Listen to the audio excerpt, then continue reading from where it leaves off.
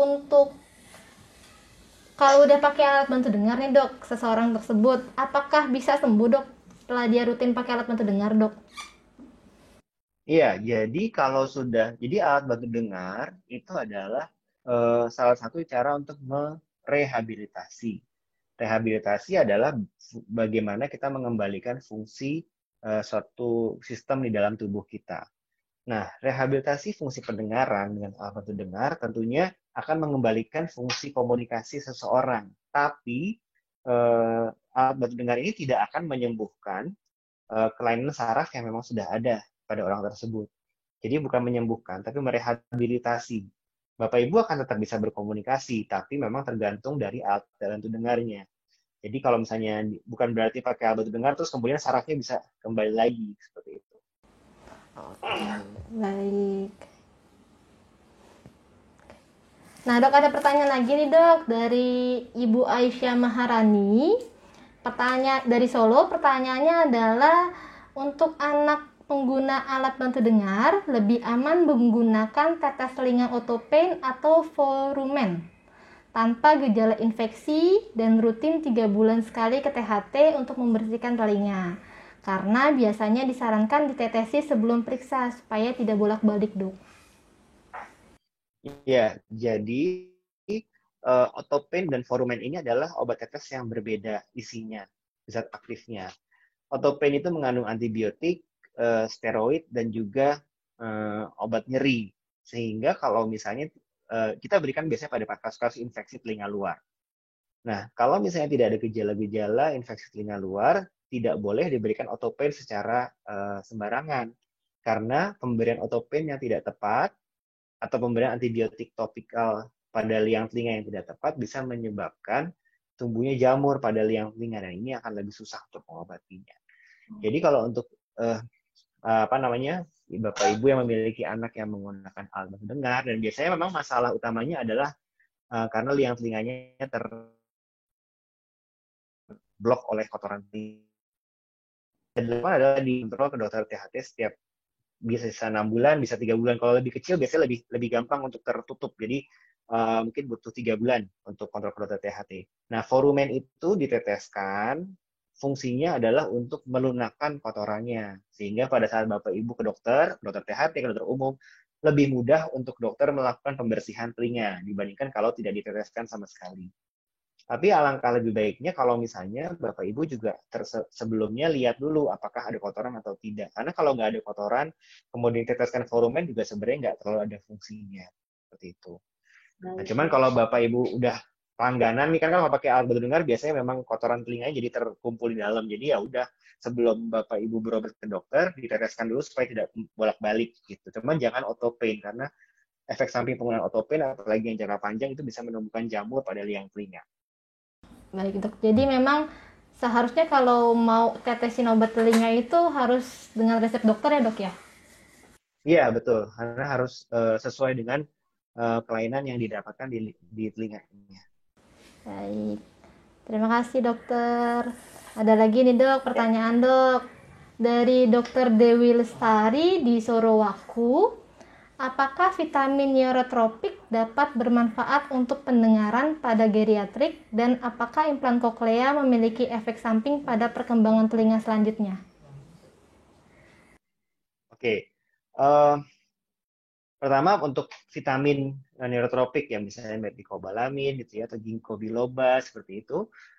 Sebenarnya untuk pada kasus-kasus gangguan pendengaran pada usia lanjut atau kita sebut presbikusis itu tidak banyak memberikan manfaat dalam artian tidak bisa memperlambat ataupun mengembalikan proses degenerasi yang sudah terjadi. Tapi untuk presbikusis atau gangguan pendengaran pada usia lanjut, sebenarnya yang harus dilakukan adalah dengan uh, tadi kalau membutuhkan komunikasi yang masih bapak apa orang orang tua terus orang lanjut usianya masih aktif, maka perlu diberikan alat bantu dengar justru karena ini yang kita selama ini masih di Indonesia terutama ya masih menganggap menggunakan alat bantu dengar itu adalah sesuatu yang tabu atau sesuatu yang membuat kita dengan disabilitas. Padahal kalau kita lihat di luar negeri, di Jepang, misalnya di Amerika atau di Eropa, itu karena angka harapan hidupnya semakin tinggi, artinya proporsi orang di masyarakat yang dengan usia lanjut semakin besar, tentunya gangguan pendengaran pada usia lanjut ini menjadi suatu masalah lebih besar juga. Nah, oleh karena itu mereka sudah, dan karena kebanyakan masih aktif ya, masih membutuhkan komunikasi, sehingga mereka sudah banyak menggunakan alat bantu dengar, dan itu bukan sesuatu bisa kita pakai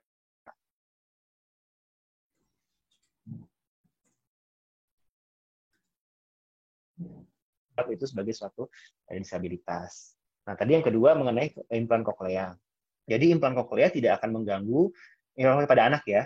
Implan koklea pada anak akan mengganggu perkembangan telinga anak tersebut. Karena sebenarnya kita hanya memasukkan alat ke dalam rumah si punya, tapi organ lainnya akan tetap berkembang seperti biasa. Sedangkan kalau untuk usia lanjut, sebenarnya kalau di luar negeri juga salah satunya dilakukan implan koklea kalau misalnya gangguan pendengarannya sudah sangat berat. Justru kalau di luar itu implan koklea awalnya pada pasien-pasien usia lanjut, baru kemudian bergerak ke anak. Nah di Indonesia, karena kita lagi belakang, jadi kita mulai dari anak dulu justru. Orang-orang tuanya belum ada yang mau pakai cochlear implant. Seperti itu. Jadi lebih banyak mayoritas pengguna implan koklea itu anak-anak ya dok di Indonesia? Di Indonesia masih lebih banyak pada anak-anak, karena biasanya kalau usia lanjut, biasanya kalau masyarakat Indonesia tuh, ya udahlah dok, sudah tua gitu kan, emang sudah sepuh, jadi memang sudah nggak apa-apa lah kalau nggak bisa, kalau gangguan komunikasi. Nah, padahal semakin Indonesia ini juga apa namanya, angka harapan hidupnya semakin lama semakin tinggi. Jadi populasi orang yang lanjut usia juga akan semakin besar, dan tentunya proses degenerasi yang menyebabkan gangguan pendengaran pada usia lanjut kita tidak bisa cegah gitu, tapi kita bisa merehabilitasi. Oke, mungkin Pak Ewin ada yang mau ditanyain Pak? Ya, dokter, saya tuh tadi tertarik. Eh, Sekarang itu kan banyak istilahnya orang yang tanpa gejala gitu kan dok. Sedangkan tadi dari penjelasan dokter itu mengatakan saluran nafas itu ada hubungannya dengan kesehatan pendengaran juga, karena saluran nafas dengan saluran pendengaran dengan tenggorokan itu menjadi satu. Apakah mungkin seseorang yang mungkin sebagai terkena virus COVID ini, bukannya gejalanya dengan panas tinggi ataukah dengan flu batuk, tetapi gejalanya dari pendengaran dulu dok. Apakah itu memungkinkan seperti itu? Apakah itu ada gitu dok? Oke, terima kasih Pak Iben pertanyaannya. Jadi memang tadi saluran telinga, hidung, dan tenggorok itu sebenarnya saling berkaitan. Makanya dokternya jadi satu, telinga, hidung, tenggorok gitu ya. Kemudian pasien COVID memang 60% justru tanpa gejala gitu. Jadi cukup banyak orang-orang yang tidak menimbulkan gejala. Cuman berdasarkan literatur atau kepustakaan yang ada, hingga saat ini memang keluhan THT yang ditimbulkan akibat COVID masih merupakan gangguan penciuman atau gangguan penghidung. Jadi misalnya kita nggak bisa mencium, dan juga gangguan belum ada data yang mendukung itu. Walaupun memang tidak menutup kemungkinan bahwa infeksi virus tersebut bisa menimbulkan manifestasi seperti tersebut, manifestasi gangguan telinga, tapi saat ini masih belum ada data yang mendukung itu. Sampai saat ini baru gangguan penciuman atau penghidu dan juga gangguan pengecapan. Cuman karena ini memang kan virus baru ya Pak, jadi semua masih bisa berkembang. Kita harus tetap waspada. Nah iya dok, lanjut dari pertanyaan Pak Iben yang tadi dok, bulan lalu kan kita sempat ada ngadain online seminar juga dok.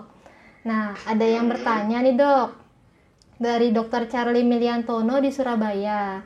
Jadi pada saat pandemi sekarang ini, apabila terdapat ibu hamil nih dok yang ternyata positif COVID-19, apakah anak yang akan dilahirkannya itu akan ada resiko tinggi gangguan pendengaran dok?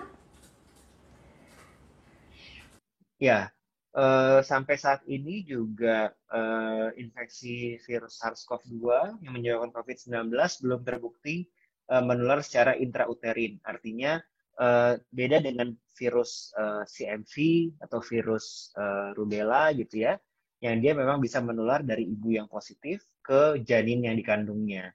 Untuk virus SARS-CoV-2 sendiri belum terbukti bisa menular secara intrauterin. Jadi belum terbukti bahwa bisa terjadi penularan di dalam rahim gitu. Sehingga risiko gangguan pendengaran pada bayi yang lahir dari ibu yang COVID positif itu masih belum ada. Belum ada data yang mendukung.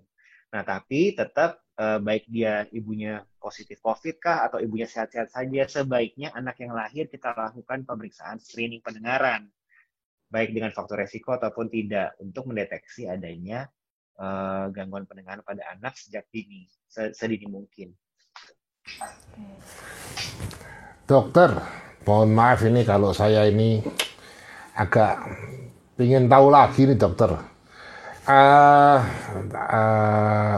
Penularan itu kan sekarang kan menggunakan apa nih yang disebutkan melalui droplet atau juga mikrodroplet.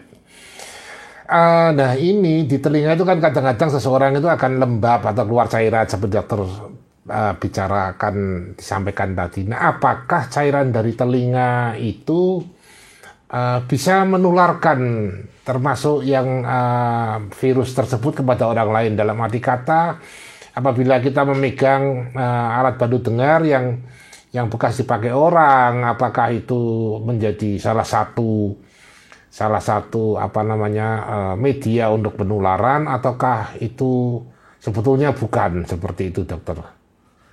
Oke, baik. Terima kasih pertanyaannya, Pak Eben. Jadi pertama kita harus bedakan dulu apakah ini adalah cairan yang berasal dari telinga tengah atau dia hanya kotoran telinga biasa. Keduanya bisa hampir sama tuh, konsistensinya agak kenyal, warnanya agak kuningan. Nah, tapi kalau misalnya cairan ya dia benar-benar cair. Sedangkan kalau kotoran telinga itu biasanya dia lebih padat. Nah, pertama kita harus bedakan dulu apakah hanya kotoran telinga atau cairan dari telinga tengah atau yang sering kita sebut conge. Nah, kalau dia hanya kotoran telinga, itu tidak mengandung virus, tidak beresiko menularkan virus SARS-CoV-2. Sedangkan kalau cairan telinga tengah, nah sebenarnya telinga tengah itu berhubungan dengan rongga saluran nafas, dengan rongga hidung. Nah, oleh karena itu, cairan yang berasal dari telinga tengah atau conge itu beresiko mengandung juga virus SARS-CoV-2 karena sebenarnya dia berasal dari saluran yang sama. Nah, jadi untuk petugas tenaga kesehatannya, kalau misalnya berkontak dengan cairan telinga, ya itu juga harus pakai perlindungan, harus pakai masker, harus pakai sarung tangan, gitu. Jangan memegang dengan tangan kosong. Karena setelah itu kita megang apa kan kita nggak tahu, bisa terjadi penularan. Tapi kalau misalnya itu hanya kotoran telinga yang menempel pada ear mold, nah itu sih sebenarnya nggak infeksius, kecuali pada pasien tersebut juga ada conge, jadi pasiennya pakai ABD tapi benang telinganya bolong, sehingga terus keluar cairan sehingga ear mold-nya basah. Nah itu harus pakai sarung tangan, hati-hati karena tadi cairan dari telinga tengah itu bisa juga mengandung virus karena berhubungan dengan saluran nafas. Wah, terima kasih sekali nih dokter ini. Tapi sebaiknya memang terlepas itu hanya kotoran ataukah apa nih conge ya, kita seharusnya tetap berhati-hati sih. Tetap kita pakai pelindung diri, sarung tangan, cuci tangan. Mungkin agak sulit untuk membedakan apakah ini kotoran telinga, apakah ini cairan conge gitu ya. Jadi harus kalau untuk yang non medis ya tentunya perlu selalu pakai sarung tangan. Baik, terima kasih dokter. Dokter, ada pertanyaan lagi nih dok dari Bapak dan Ibu yang di rumah dok. Dari Ibu Ati dok di Bandung. Dok, apa benar atau diperbolehkan digurah telinga? Katanya bisa mengobati gangguan pendengaran. Terima kasih pertanyaannya. Sebelumnya saya belum pernah mendengarkan gurah telinga. Kalau yang saya tahu gurah itu adalah yang untuk hidung, nafas gitu ya. Tapi prinsipnya sebenarnya gini. Sebaiknya tidak memasukkan cairan apapun ataupun materi apapun ke dalam telinga. Karena kalau misalnya Bapak Ibu berobat ke dokter untuk membersihkan telinga misalnya, itu pun kalau dokter melakukan pembersihan telinga dengan penyemprotan air air biasa itu, bukan bukan air khusus atau apa yang ada obatnya segala macam, enggak. Tapi hanya air biasa untuk membersihkan kotoran tersebut. Jadi jangan memasukkan zat-zat yang kita nggak tahu apa isinya ke dalam telinga karena bisa beresiko, ada banyak resikonya, baik infeksi, bisa merusak gendang telinga dan lain-lain. Jadi kalau untuk mengobati gangguan pendengaran, tadi sebenarnya kita harus tahu dulu gangguan pendengarannya karena apa. Nah, kalau kita udah tahu gangguan pendengarannya karena apa, baru kita bisa tentukan pengobatannya seperti apa. Karena berbeda-beda. Kalau misalnya gangguan pendengarannya akibat saraf, ya obatnya alat bantu dengar misalnya, atau cochlear implant misalnya kalau pada anak atau misalnya pada usia lanjut. Tapi kalau misalnya gangguan pendengarannya akibat hantaran suara yang terganggu, atau kita bilang konduksi suara terganggu, itu obatnya bisa macam-macam. Bisa dengan obat, bisa dengan tindakan, atau bisa dengan operasi gitu. Jadi saya nggak bisa menggeneralisir bagaimana cara mengobati gangguan pendengaran karena tadi gangguan pendengaran itu sangat bervariasi dan penyebabnya pun juga bermacam-macam sehingga kita perlu identifikasi dulu ini gangguan pendengaran yang mana dan penyebabnya karena apa. Berarti memang nggak boleh asal masukin air atau cairan apapun ke dalam telinga ya dok ya? Iya, betul. Jadi meskipun nih kadang kan kita kalau berenang itu suka kayak apa namanya ngedengung gitu dok, kayak tutup gitu kan, kadang kita suka masukin air lagi di telinga nanti dikeluarin lagi, tuh nggak boleh ya dok? Gimana kalau misalnya kita masukin air ke telinga gitu? Kalau kita habis berenang kan suka biasanya ketutup telinganya ngedengung gitu dok. Iya, kalau misalnya kita memasukkan air ke dalam telinga terus rasa berdengung atau kayak ketutup, itu biasanya disebabkan karena ada kotoran yang sudah menyumbat di dalam telinga. Cuman karena kena air, jadi dia semakin membesar volume kotorannya.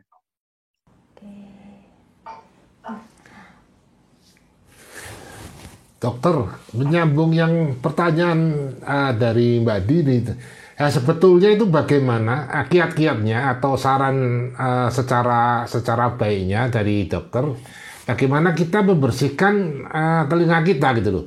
Nah, kalau tadi pakai cotton bud juga nggak boleh, apalagi pakai yang besi, nggak boleh korek-korek. Cuma kan kadang-kadang itu telinga tuh gatal gitu loh dok. Ah, saya sendiri sering mengalami telinga rasanya agak gatal gitu kan, sehingga kita sempat cari cotton bud tapi ya saya juga banyak baca literatur katanya tidak boleh memasukkan benda dalam telinga. Nah, gimana caranya kita mengatasi hal-hal seperti itu gitu kan? Ya, jadi kalau membersihkan telinga tadi seperti saya sudah sampaikan bahwa telinga kita sebenarnya bisa membersihkan secara alamiah. Dengan kita mandi itu sudah membersihkan kotoran dalam telinga juga sebenarnya. Cuma biasanya memang yang kita rasa kotor itu sebenarnya adalah hanya lebih ke psikologisnya aja, tapi sebenarnya dalamnya pun tidak kotor. Jadi untuk membersihkan telinga tetap sebaiknya tidak dilakukan apa-apa kecuali kontrol 6 bulan sekali rutin ke dokter. Tidak harus ke dokter THT, ke dokter umum atau dokter di fasilitas pelayanan primer juga bisa gitu ya. Nanti kalau memang diperlukan baru akan dirujukan ke THT. Jadi memang jangan mengorek-orek ataupun apa. Kalau gatal pun sebenarnya gatal itu adalah hal yang normal seperti bagian lain di kulit kita. Kita bisa aja tiba-tiba gatal di tangan, di kaki gitu kan juga bisa ya. Jadi karena di dalam liang telinga itu juga adalah organnya kulit sama gitu ya. Jadi bisa aja gatal, tapi bukan berarti ada suatu kelainan dan bukan berarti harus dikorek karena biasanya gatal yang normal itu ya dia akan hilang dalam beberapa saat, sebentar aja terus kemudian hilang. Terima kasih dok. Terima kasih dokter. Nah dok, sebenarnya ada nggak sih dok makanan atau minuman yang bisa menunjang pendengaran itu menjadi lebih baik dok? Gimana? Ada nggak makanan dan minuman yang bisa menunjang pendengaran menjadi lebih baik? Oh, nggak ada sih. Kalau itu nggak ada. Jadi vitamin juga nggak ada ya dok ya? Iya, kalau untuk meningkatkan pendengaran sih enggak.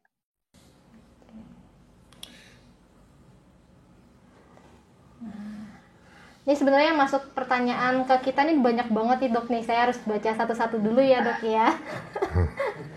Ini bapak dan ibu yang di rumah ini nih banyak banget yang mau tanya ke dokter nih dok.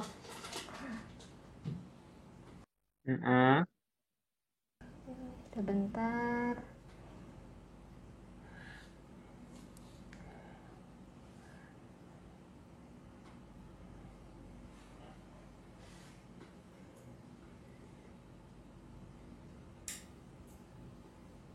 Dok, ini dari Bapak Fajrin di Makassar, Dok.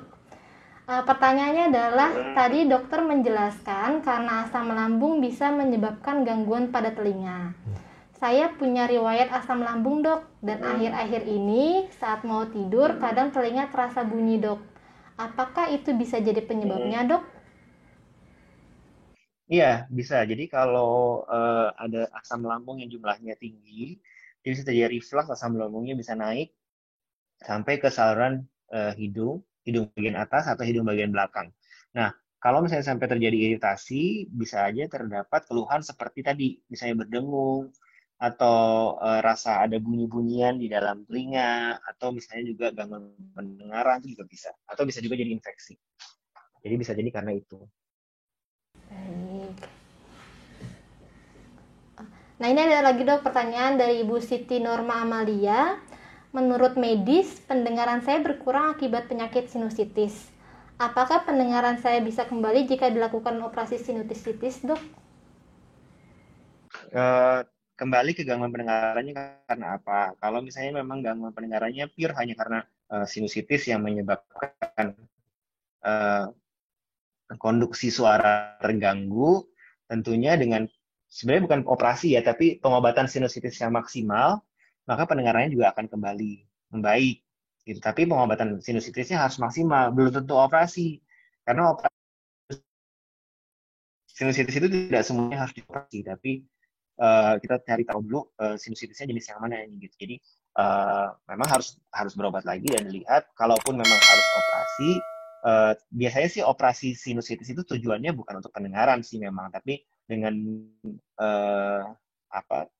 peradangan di rongga sinus yang lebih minimal, tentunya pendengarannya juga akan semakin baik kalau gangguan pendengarannya murni hanya disebabkan karena sinusitisnya, bukan karena penyebab yang lain. Baik, Dok. Selanjutnya ada pertanyaan dari Pak Arnold, Dok, di Solo. Saya ingin bertanya agak out of topic, Dok, tentang terapi pendengaran menggunakan pengobatan piracetam. Seberapa efektifkah pengobatan tersebut untuk penanganan gangguan pendengaran? Piracetam ya? Iya, Dok. Oke. Jadi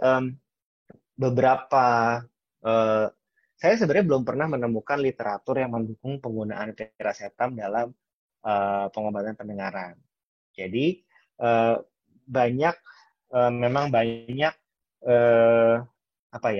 banyak pendapat dulu, ini tapi udah cukup lama pendapat yang menyebabkan bahwa piracetam dapat mengembalikan fungsi dari saraf pendengaran sehingga diberikan pada anak-anak yang lahir dengan gangguan pendengaran.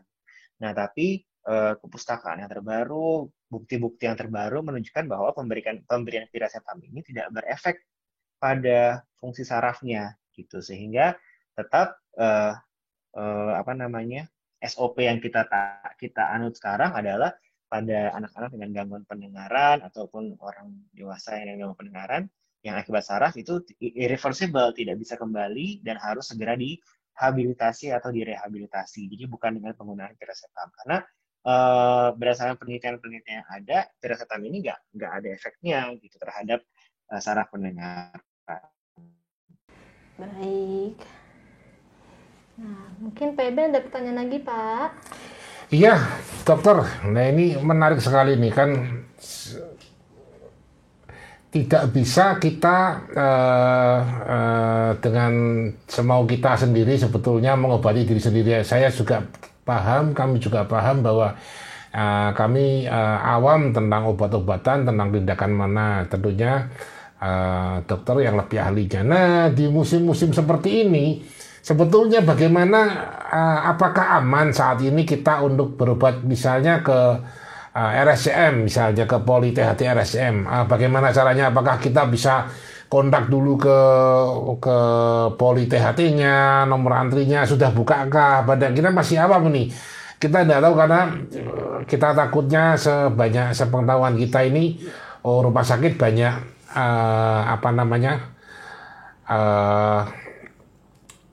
masih banyak yang tutup, jadi masih banyak rumah sakit yang hanya menerima prioritas untuk pasien-pasien yang terdampak oleh virus corona ini. Nah, Kira-kira apakah berhubung dokter di RSCM saat ini, mungkin kita coba tanya yang di RSCM bagaimana prosedurnya bila kita mau berobat untuk atau berkonsultasi masalah pendengaran kita di Politehati RSCM begitu dokter. Iya, jadi RSCM juga seperti halnya dengan beberapa rumah sakit yang lain adalah salah satu rumah sakit rujukan untuk COVID-19. Nah, tapi di RSCM ini kami sudah melakukan zonasi. Jadi untuk pasien-pasien yang memang positif COVID-19 ataupun terduga ya, jadi sekarang dia kita terminologinya kan suspek dan probable. Jadi suspek, probable, dan yang terkonfirmasi COVID-19 itu kami lokalisir di satu unit yang tertentu. Jadi Bapak Ibu kalau misalnya datang ke RSCM itu pasti akan dilakukan screening dulu di awal apakah ada gejala-gejala yang mengarah COVID atau tidak. Nah jadi kalau ada gejala-gejala itu langsung akan dialihkan atau diarahkan ke unit yang sudah ditentukan, unit yang khusus untuk COVID. Sedangkan kalau yang sudah aman tidak ada gejala bisa berobat secara normal di poliklinik.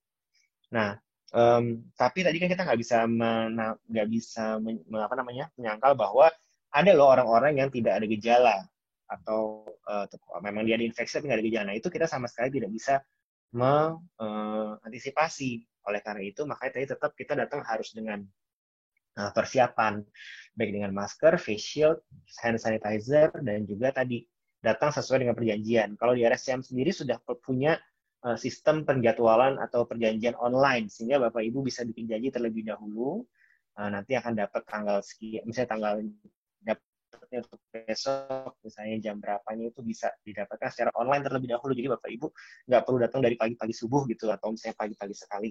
Apalagi kalau di RSCM-nya yang RSCM Kencana, itu kita punya satu unit sendiri yang eksekutif, itu juga lebih, jumlah pasiennya lebih sedikit, sehingga Bapak Ibu nggak banyak berkontak sama pasien-pasien lain gitu.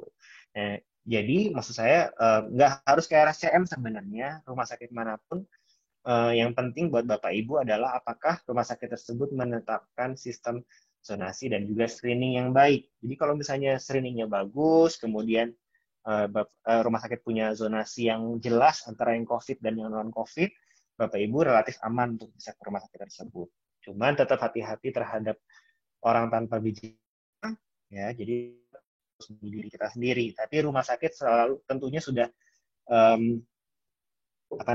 tentunya sudah berusaha untuk bisa memisahkan yang COVID dan non-COVID. Nah, cuman tadi karena banyak yang orang tanpa gejala, jadi ya sebenarnya rumah sakit manapun nggak ada yang benar-benar aman gitu, karena saya maunya carinya ke rumah sakit yang bukan rujukan aja deh gitu. Nah, yang bukan rujukan pun juga bisa didatangi pasien yang COVID yang kita nggak tahu, gitu kan? Jadi sebenarnya sama aja, tapi yang penting, tapi juga nggak mungkin Bapak Ibu nggak berobat, karena kalau memang perlu berobat kan harus berobat biar gimana pun. Nah, jadi yang penting adalah tadi tahu kapan harus berobat. Yang kedua, tahu harus berobat kemana, rumah sakit yang dipilihnya juga harus yang benar. Dan yang ketiga, tadi harus mempersiapkan diri sendiri untuk berobat. Gitu. Jadi intinya kita juga harus mempersiapkan diri sendiri ya dok. Jadi perlu pakai masker, sering cuci tangan, mungkin pakai pelindung muka, face shield, sehingga ke rumah sakit pun asal kita sudah maksimal atau berusaha semaksimal mungkin untuk melindungi diri, relatif mungkin lebih aman gitu ya dokter ya. Jadi kita tidak perlu khawatir juga. Kita tentunya nggak bisa memberikan jaminan 100% bahwa Ibu Bapak berobat ke sini itu aman, nggak akan terinfeksi virus. Itu kita tidak bisa memberikan jaminan. Dan siapapun nggak bisa memberikan jaminan, Bu. Kalau Bapak Ibu bilang ketemu rumah sakit yang di sini nggak mungkin, itu artinya malah nggak ada pasiennya mungkin di sana. Gitu ya. Betul sekali dokter. Karena bisa menjanjikan resiko nol. Betul. Tapi yang kita bisa lakukan adalah kita bisa memaksimalkan usaha kita bagaimana supaya tidak terinfeksi. Nah, tadi juga selain itu, jadi gini, kalau misalnya kita berobat ke rumah sakit kan tentunya beresiko. Nah, jadi bagaimana kita meminimalkan resiko tadi dengan cara kita mempersiapkan ya dengan alat perang kita lah gitu ya, face shield, masker, kemudian hand sanitizer itu kita udah harus punya. Kemudian juga ya gini, jangan dari rumah sakit terus pulangnya jalan-jalan dulu baru pulang. Gitu. Betul sekali dokter. Rumah sakit ke rumah lagi gitu.